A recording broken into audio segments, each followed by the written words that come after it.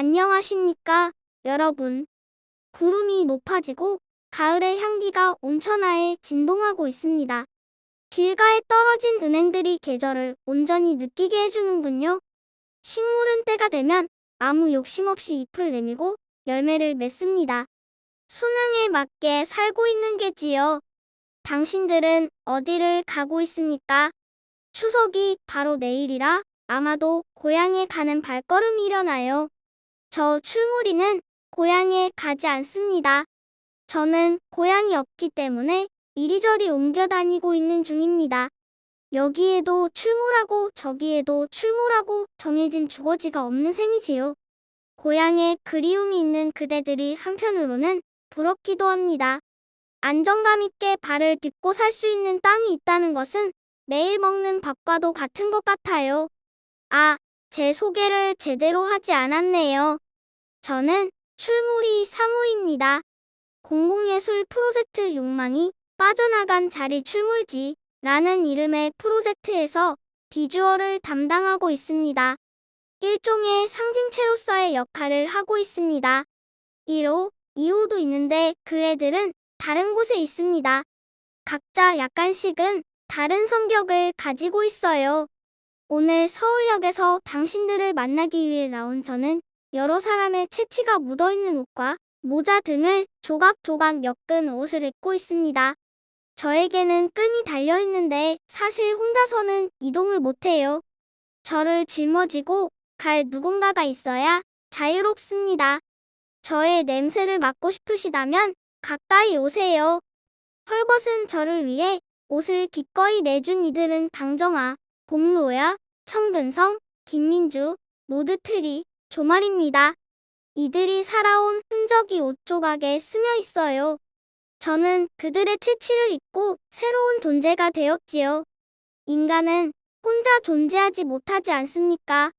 제가 인간은 아니지만요. 서로 돕는 손길 속에 탄생한 무언가라 해두겠습니다. 꼭대기에 올라와 있는 아이는 유니콘이랍니다. 유니콘을 좋아하시나요? 혹시 유니콘을 본 분이 계실까요? 유니콘은 상상 속 동물이라지만 분명 본 사람이 있단 말입니다. 제가 바로 유니콘 같은 존재일 수도 있습니다. 그동안 제가 경험한 것들을 몇 가지 들려드릴게요. 물을 따라 강의 흐름을 따라 흙을 들고 이동하는 욕망의 지형을 만들고 있습니다. 때는 올해 9월 10일. 시흥 시화호 거북섬으로 출몰하였습니다. 시화호는 다들 아시는 바와 같이 인공호수입니다. 거북섬도 마찬가지로 인공섬입니다. 두 다리가 달린 동물은 끊임없이 새로운 지형을 만드는 데에 열을 올립니다.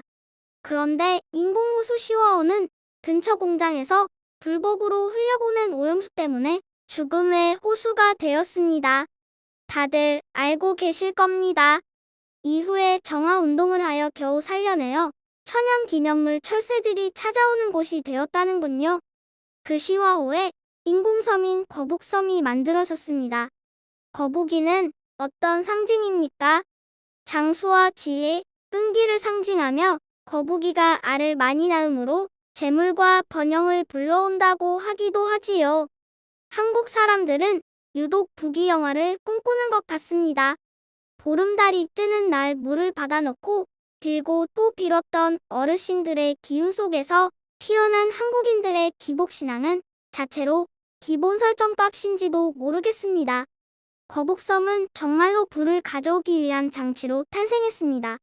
저는 그날 거북이의 머리와 배, 다리를 순차적으로 밟았고 그의 배 위치에서 그의 흙을 채취하여 가져온 건축용 흙과 함께 섞어 흔적을 남기고 왔습니다. 사실은 그의 흙도 원래 그의 흙이 아닙니다. 출처를 알 수 없는 흙이 거북섬으로 만들어지기 위해 옮겨져 왔겠지요. 여러분은 어디에서 오셨습니까? 고향이 어디입니까? 당신은 어떤 모습으로 만들어지기 위해 서울의 터를 잡고 살고 있습니까? 9월 16일에는 충청남도 부여로 갔습니다. 거북섬에서 채취한 흙과 기존 건축용 흙, 찹쌀가루가 섞인 혼종 흙을 들고 말입니다. 이날은 비가 왔습니다. 부여, 백마강을 관찰했습니다. 그리고 강을 사이로 두고 고운 고동색 흙이 있음을 발견했지요. 아, 저곳이다. 내가 출몰할 곳은 바로 저곳이구나. 작은 경차를 타고 고운 흙이 있는 곳에 도달했습니다. 그러다 그만 고운 흙에 빠져버리고 말았지요. 흙더미 속에 바퀴가 파묻혀버렸습니다. 그곳엔 왜 고운 흙이 그토록 많았던 걸까요? 백마강이 흐르고 있는 물이 바로 옆에 있는 그곳에 고운 흙이 쌓여있는 것을 보며 누군가의 욕망이 이곳에 서려 있구나를 느꼈습니다. 불과 며칠 전 홍수가 날지도 모를 정도로 간당간당했던 백마강이었는데 그 흙은 대체 어디에서 이동해온 것일까요? 역시 출처를 알 수 없습니다. 건축을 새로 하기 위해 재료로 쓰기 위한 흙으로 그곳에 놓아져 있는지도 모르겠습니다. 저의 안내자는 혼종 흙을 풀렀습니다. 그리고 그곳에 고운 흙을 섞었습니다. 어느샌가 발효가 되어버린 흙은 시큼한 막걸리 향기가 났지만 괜찮아요. 그렇게 흙은 다른 모습으로 곤충의 먹이가 될 수도 있을 테니까요. 부여에서의 출몰은 욕망을 표출하다 점점 더 넓혀가다가 결국 자기 안에 갇혀버린 자신을 발견한 시간이었습니다. 갈 길은 물에 의해 소멸하는 길밖에 없구나. 히라님의 이야기를 들었지요. 마스터님은 인류 문명은 흙과 함께 건축된 역사라는 이야기를 했습니다.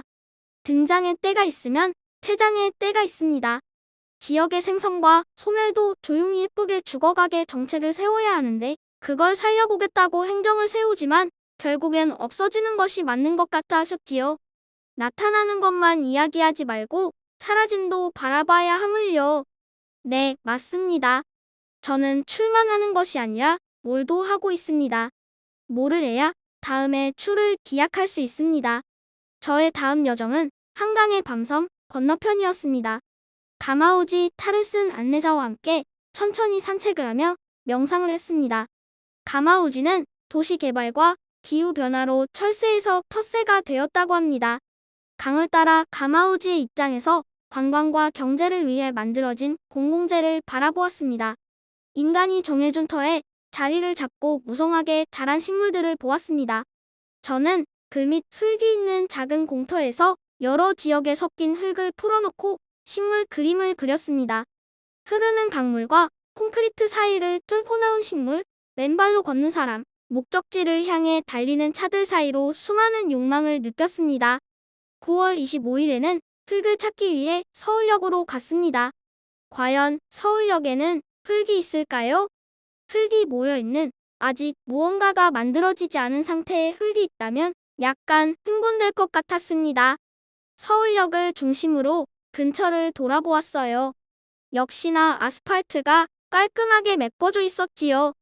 시민들의 산책길로 탈바꿈한 공공재 서울로를 올라가 보았습니다. 그곳엔 흙이 있었습니다. 정확히 말하면 식물을 위한 흙이었어요. 식물이 자라는 자리도 콘크리트로 화분을 만들어 식물의 상터를 정해 놓았습니다. 그 흙을 가져갈 수는 없지요. 더 올라가 보았어요. 도킹 서울이라는 공공예술 프로젝트가 이루어진 곳이었지요.